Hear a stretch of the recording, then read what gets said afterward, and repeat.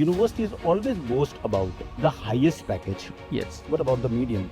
What about the people who don't get the highest package? Personally speaking, I believe this obsession with highest packages must stop, at least in the education industry. Do the BBA students or the undergraduate students get the same jobs as MBA students? No, you are a bit harsh by saying that. I can say with a degree of confidence that when a student graduates, he would not be crushed under a mountain of debt. Every university has a brochure. Every university has got placement claims. But what about the questions that get really asked?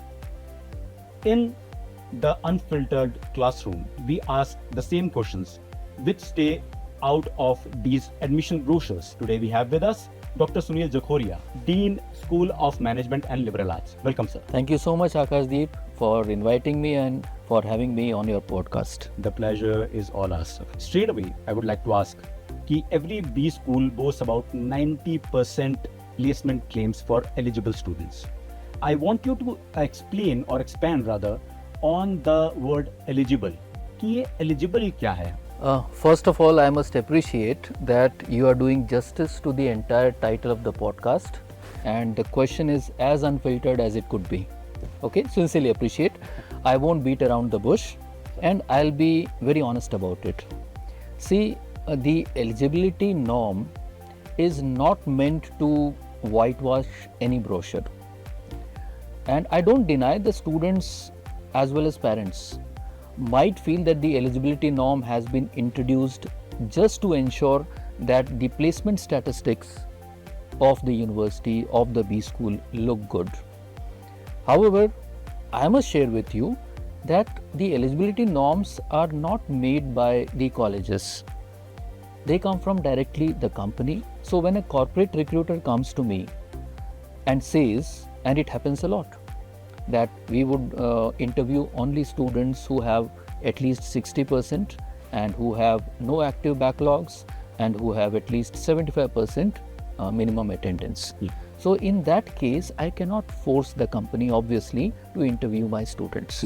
Okay, so this is where the eligibility angle comes in. And what I'm saying is true not only of our school, but largely any good B school, right? Now, I come to the other part. You have very rightly pointed out what happens to the other students.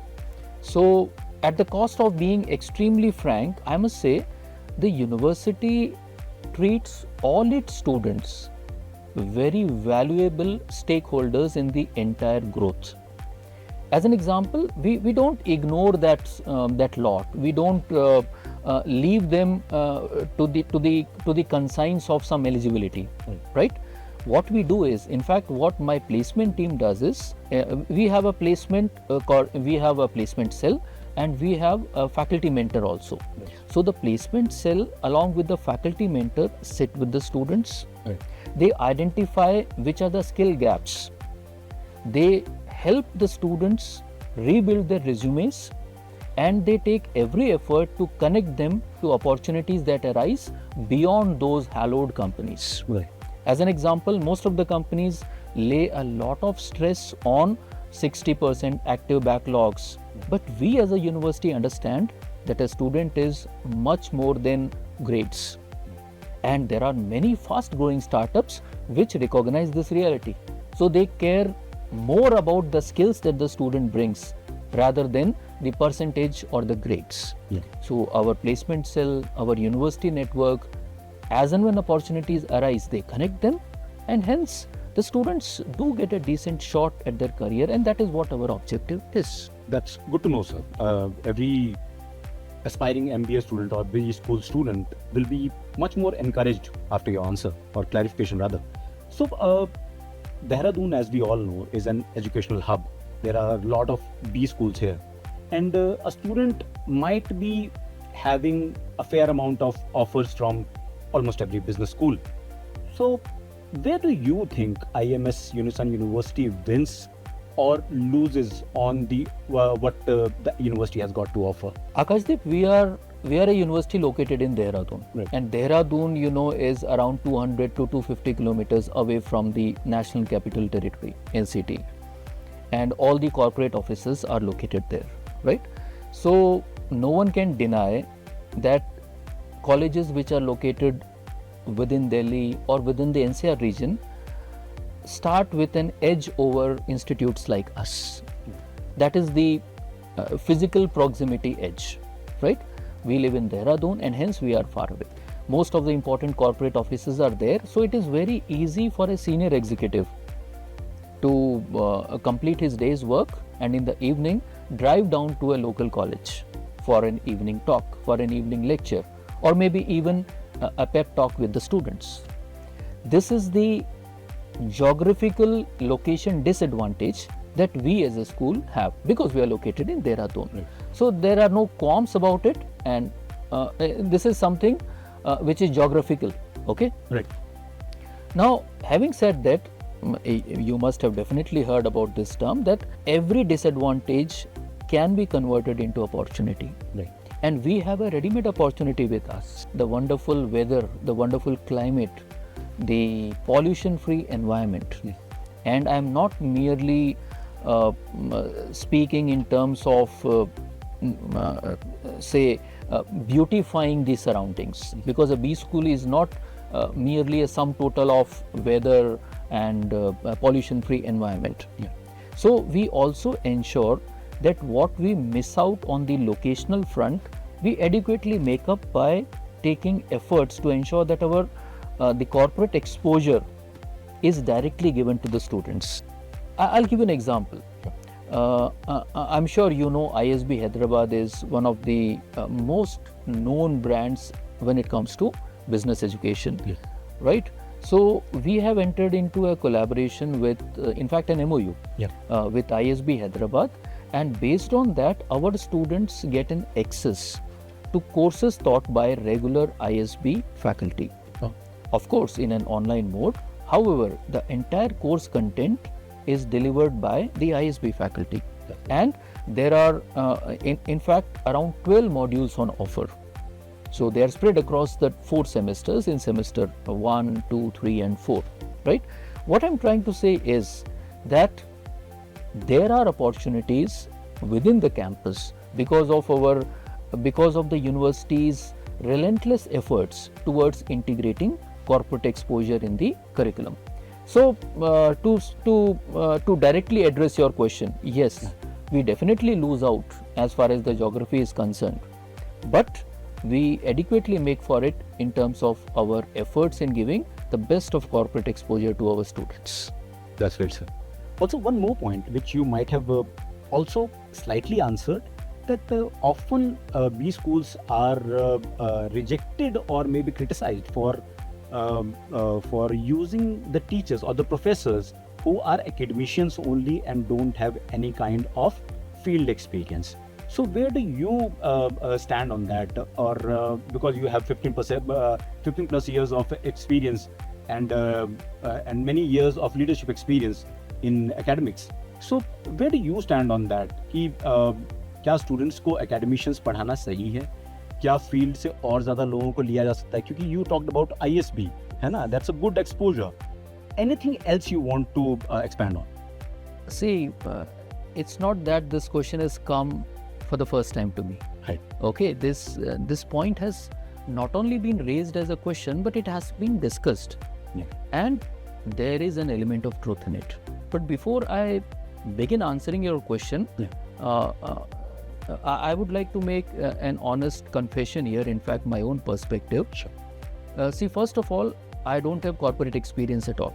Right. Okay. Right. So, and my total experience is now more than 27 years. Sure. But all along my life, I have been a faculty.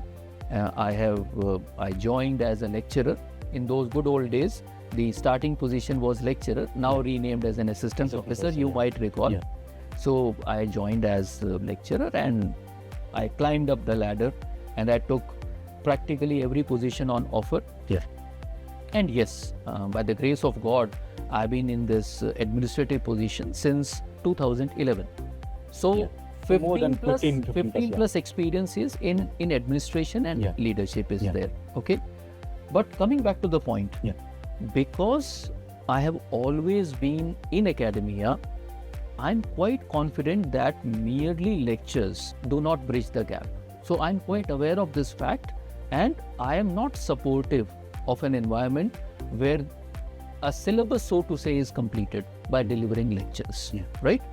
So my endeavor always, when now I am associated with IMS, or earlier when I was associated with Marwadi, has always been that a B school curriculum should not merely be limited to completion of certain modules, completion of certain courses, and getting certain grades. Yes. A connect with the industry is a must. And this here we do not do on a casual basis. Okay, we do not believe in checking certain boxes that in the last academic year 22 guest lectures were completed or organized, or maybe 30 guest lectures were organized. The corporate input here at IMS is much more structured. Right. Let me elaborate on that. Yeah. See, first of all, our academic curriculum is never designed in an academic bubble. There are experts from the industry who sit on our board of studies, Yeah. and all other academic bodies, and they actively review the curriculum that we are teaching. Yeah.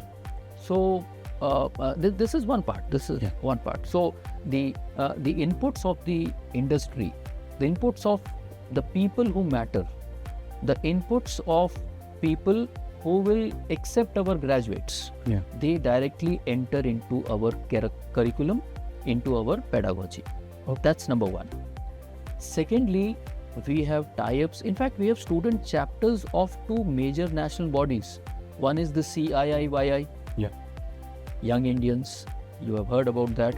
The second one is the National HRD Network, NHRD. NHRD. So we have on our campus the student chapters of both of them.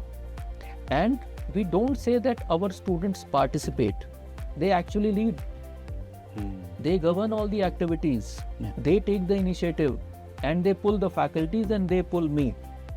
So for all the students, practically on a weekly basis, Yeah. they have some or the other interaction with industry. CIIYI is primarily an industry body. Industry body, yeah. Okay, NHRD network is a group of professionals in HRD. HRD, yeah. So that's number two. So that this constant connect continues. Yeah. The third thing is, every year we conduct an annual international conference.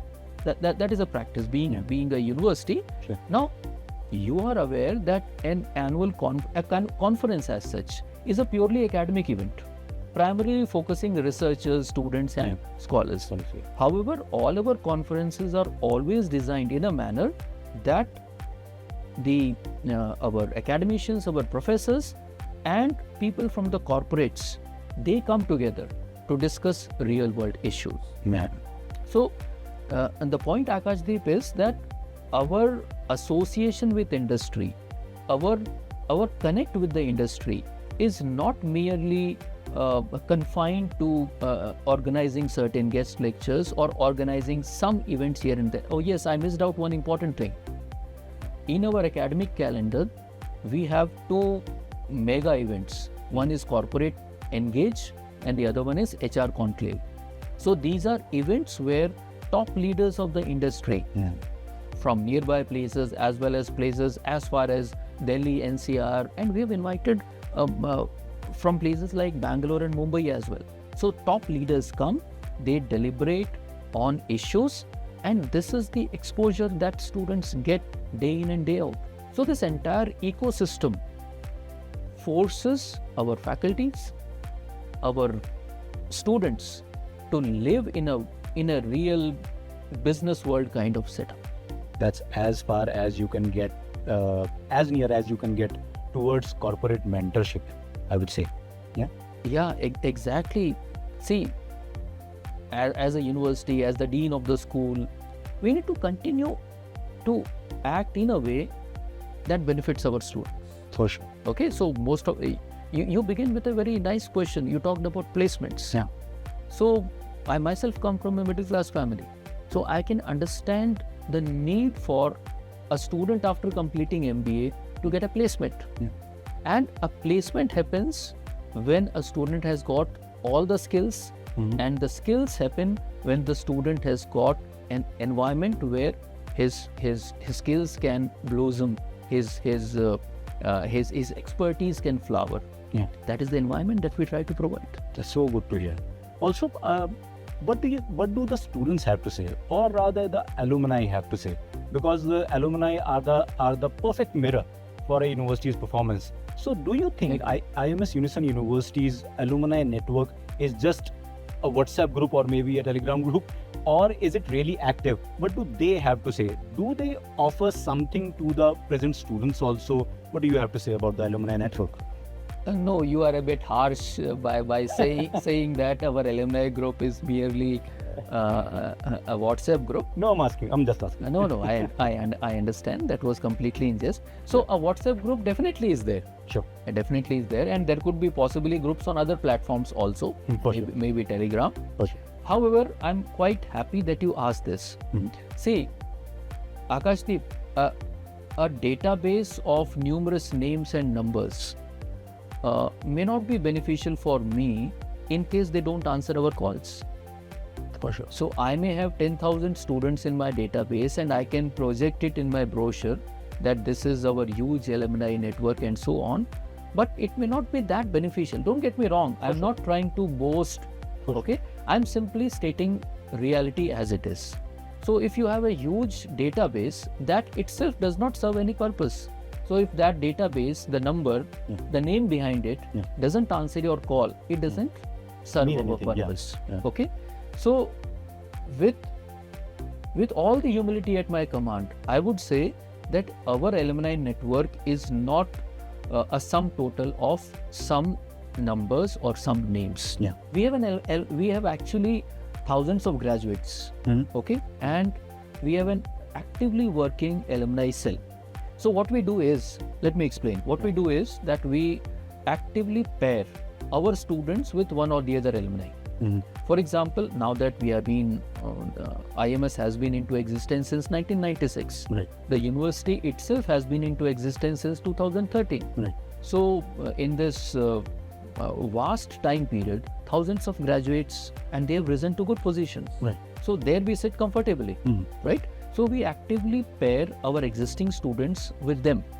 So if a student wants to work in a digital marketing area, one of my students wants to work there, so we can map him to a student who is possibly working in finance or marketing or digital marketing in a city in Mumbai, Pune, Bangalore, or anywhere. So that mapping, the senior, the alumni, the senior would be connected with the present student. Okay, they would identify that for getting a job in the company where they are working or in the sector where they are working, what kind of skills are needed, what kind of certifications would help. Those certifications would be guided, and whenever any opportunity arises, the referral of that our alumni would work. So I would say it's not merely a spreadsheet. It is actually a pipeline which helps. Exceptions are always there. Despite our best efforts, and despite the best efforts of our student alumni, it is quite possible a few of the students might remain unplaced. But I can say with confidence that our alumni network is not only supportive but also active. ये सवाल जो है ये थोड़ा मुझे पूछते हुए अजीब भी लग रहा है क्योंकि the answer might not be well fitted with the premise of it. Are we trying to produce some leaders, or are we trying to produce some middlemen or middle managers, if you may? Because some students might be, because there has been a lot of talk about the startups, and the Indian government also has been promoting the Startup India campaign, Skill India campaign. Huh? Yes. So are students able to produce some kind of startup ideas, or what about the innovation part of it? Are we also providing that at IMS Unison University? Well, again, Akashdeep, before I begin answering this question, I must really appreciate the fact that such meaningful questions are coming up in this podcast, and I genuinely believe that the students' perspective is what matters to me. And these questions, are actually coming from a student's perspective. This is what is in the uppermost of their minds. Okay. So you spoke about, is it merely about teaching fundamentals of management, or are there opportunities? We are basically a B school. Any B school offering a management course will definitely need to teach the fundamentals of management. So we definitely teach those theories. We definitely allow our students to pick specializations, finance, marketing, operations, and so on. But we are quite sure that we don't want our students to be robots who merely take instructions or follow orders. Okay. The entire philosophy of the university is to produce thinkers. Okay. So let's say I come directly to address your question. What about incubation? What about ideas and so on? Let's say some student walks to me, walks into my office and says, "Sir, I don't want a job. I have an idea in my mind and I want to start a company." So Akashdeep, I won't pat the back of the student. I won't give him the trophy in a business plan competition and wish him luck. This is not the only thing. That fine, I'm extremely happy, and I will try to motivate him with vague words and give him a certificate. That won't help. Good luck. Certainly. So this is of course done being teachers. We always motivate our students. What additionally we would do is that we would actively support that student in ensuring that his idea is scaled up. For example, in our university, we have a dedicated incubation center. So a physical space will actually be provided to the student in order to help him or let his thoughts grow further. Okay, that's number one. Our faculties from the School of Law will actively help the student in registering his thought into a company in case it is needed, or maybe protecting his IPR, his intellectual idea, right? So, and our university has got a good network. So, using the vast network of our university, we may connect our student who has got that brilliant idea to some of the angel investors to fund.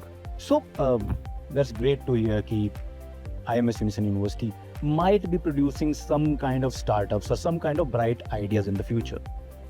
I was worried about the outliers or the median part of students or the grades. This universities always boast about the highest package. Yes. What about the median?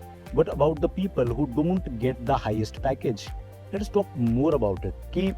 What happens to those, or what can the student expect from the university or the package? Can you expand more on that, please? Akashdeep, I'm glad that you raised this point.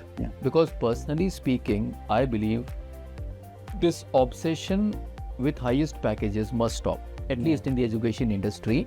None of us is unaware the way brochures are printed, the way banners display. So I don't deny them the right. Okay, we also, our students have got placement packages running into 10 or 11 lakhs per annum. We do celebrate them. We are quite happy about it, and we also project them as one of the best, brightest minds, right? Again, having said that, the students who are exceptionally bright, they are able to get salaries in the range of 11 and 12 lakhs. But as you rightly pointed out, there is a vast chunk of students who fall in the average, what you call the median salary, right? And this is our focus. So considering the fact that our median salary, our median package consistently ranges in between 5 to 5.5 lakhs or 6 lakh per year, and considering that our MBA fees is quite reasonable, what I believe is that a student graduating from IMS Unison University would not grab, provided he has taken an education loan, because many of our students Yeah. do take education loan. sure, I for know about that. Yeah, And so that added stress is always there. for sure. So immediately after completing the graduation, I need to get a job, I need to repay the debt. Yeah, Okay, and so also for sure. that thing is unmistakably there. Yeah. So I'm trying to answer keeping that student in mind. For sure. Okay. For sure. So we are very reasonably priced in terms of fees compared to B schools in NCR, compared to B schools in other metro areas. Yeah. We are very reasonably priced. Yeah. So considering that, I can say with a degree of confidence that when a student graduates, Yeah. he would not be crushed under a mountain of debt. So after getting a placement in a median range, very reasonably within 1.5, 2.5 years, the student would be able to repay loans, and that, in my opinion, is a very, very realistic and a very healthy return on investment. Okay, that's great to hear. Also, I was thinking about the student gets a job, but do the BBA students or the undergraduate students get the same jobs as MBA students? Because there has been some kind of talk about the degree inflation thing. A skilled BBA student will get the same jobs or rather higher packages rather than an average MBA degree. So what do you think about IMS Unison University's MBA degree? What do you think, which is the one hard skill your postgraduates possess that an ambitious BBA graduate doesn't?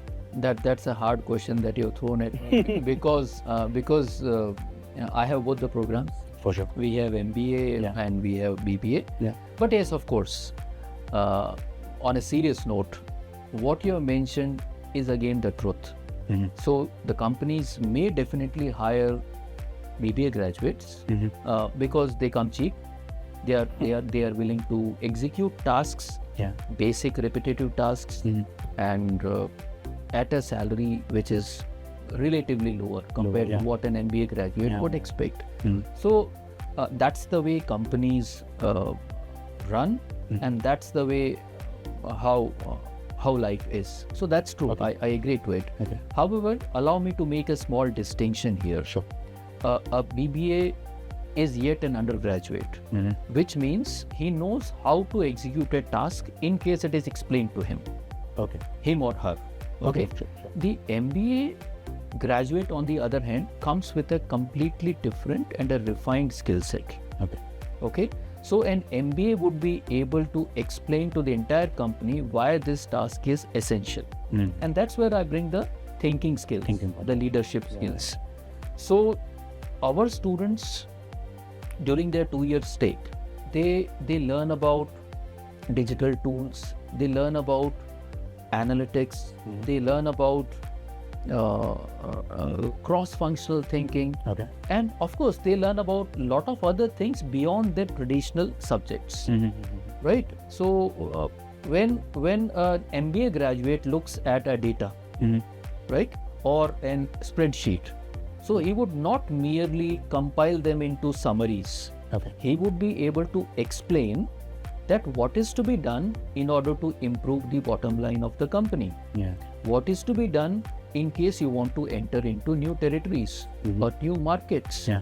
So this is the skill that some of the companies are willing to pay premium for, which MBA brings compared to BBA. Compared to BBA. Okay, but allow me not to make comparisons because a comparison between MBA of school X and MBA of school Y is definitely a comparison, but a BBA, in my humble opinion, is a younger kid of a younger version of I mean, they've just an come from MBA. intermediate, yeah. So Yes. the maturity part of To it might put be them like in the that. same basket would be a little bit of doing injustice to them. They would definitely do great, Sure. but just wait for 2 more years. Why not? Why not?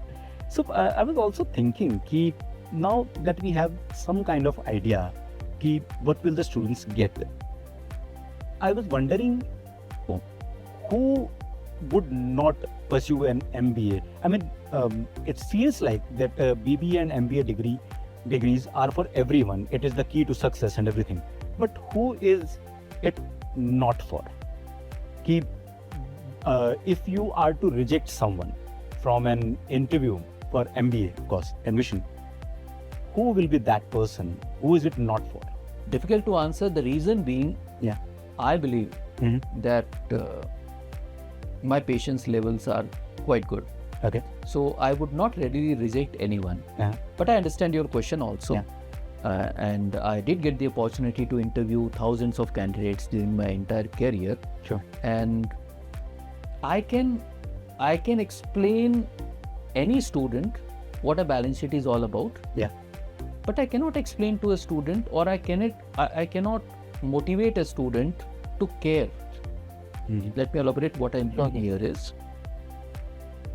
Let's say a student walks into the interview room thinking that merely because he is paying fees, that's why he deserves admission. That's why he deserves a good placement in a good company in a great package. He deserves an office in the corner room of the floor. Yeah. Okay. So this kind of entitlement is something which I see as a red flag. If you Yeah. I don't really believe in red flags and Sure. because nowadays this Term is it's hip, as they call it. Yeah. in currency. So if you want me to give me my red flag, Yeah. I would put it like this: an attitude of entitlement with a closed mind. Okay. Firstly, Akashdeep, we are open for all students. I believe it is my duty to educate students, to turn them into leaders. Sure. Okay, to show them the path. That's my duty as a teacher. And scaling is not the only thing. To make them into responsible individuals who are humble in their achievements. Yeah. Right? And that is where I come from. So if a student comes with that attitude that merely because I've paid a fees, I deserve a placement, then probably IMS Unison MBA is a mismatch for him. Okay. I cannot speak for other B schools. I'm purely going by my own instinct. Yeah. So IMS Unison University, the curriculum demands hard work. So it is not meant for those students who believe that this is going to be an extended holiday. This is going to be a passive environment. Okay. The faculties are going to push you. Sure. So if you have the hunger to learn, and if you have the humility to self-introspect about your own weaknesses, okay, and if you are willing to allow the faculties to push you out of your comfort zone for your own growth, then you will be more than welcome, and then you are my ideal student. Yeah. But if not, you may be having plenty of, I should say, shortcomings. But if you are willing to improve, if you have that attitude, you can go miles. Yeah. So that's really ensuring to listen to that. Because students might be having these questions, and these were all the questions I had for you for today's conversation. Thank you for being with us, sir. And you want to say something? No, nothing. Thank you, Akashdeep, once again for giving me this opportunity. Thank you for raising all these questions. They actually gave me the opportunity to share my thoughts with you, with your audience, with your listeners. I really appreciate the questions that you have put, because each one of them, they are not textbook questions. They are questions which directly relate to students. They are questions which exercise the minds of the students. Well, thanks to the team. And that was the Unfiltered Classroom. Thank you for joining with us, and we'll be seeing you in the next episode. Thank you.